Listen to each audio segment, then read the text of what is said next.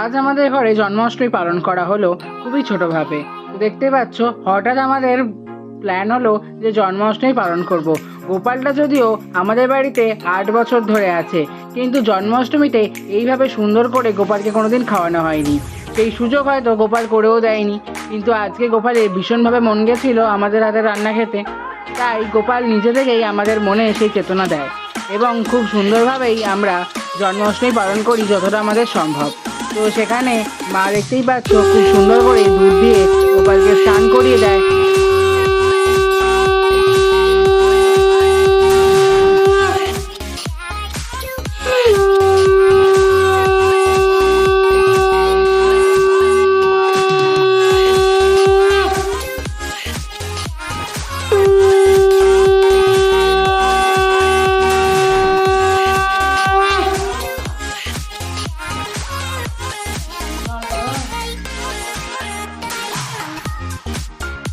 তারপর গোপালের গাটি গঙ্গা জল দ্বারা পরিষ্কার করে সুন্দর করে মায়ের আঁচলের দ্বারা পরিষ্কার করানো হয়।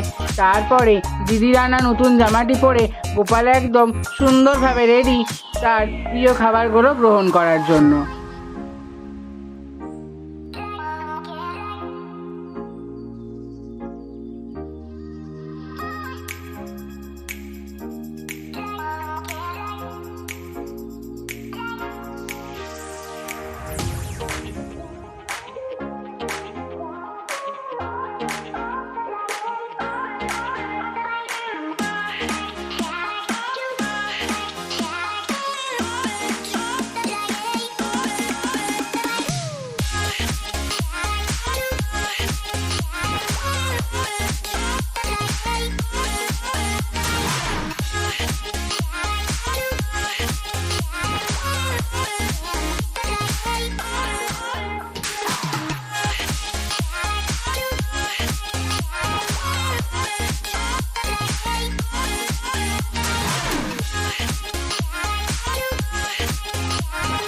আমি আর মা সামান্য মতোই গোপালের জন্য আয়োজন করেছিলাম।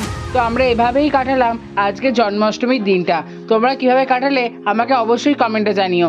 আর যদি ভিডিওটা ভালো লাগে অবশ্যই একটা লাইক করে দিও। আর সুন্দর সুন্দর ভিডিও আরও দেখার জন্য আমার চ্যানেলটাকে তো অবশ্যই সাবস্ক্রাইব করতে হবে। আজকের জন্য টাটা।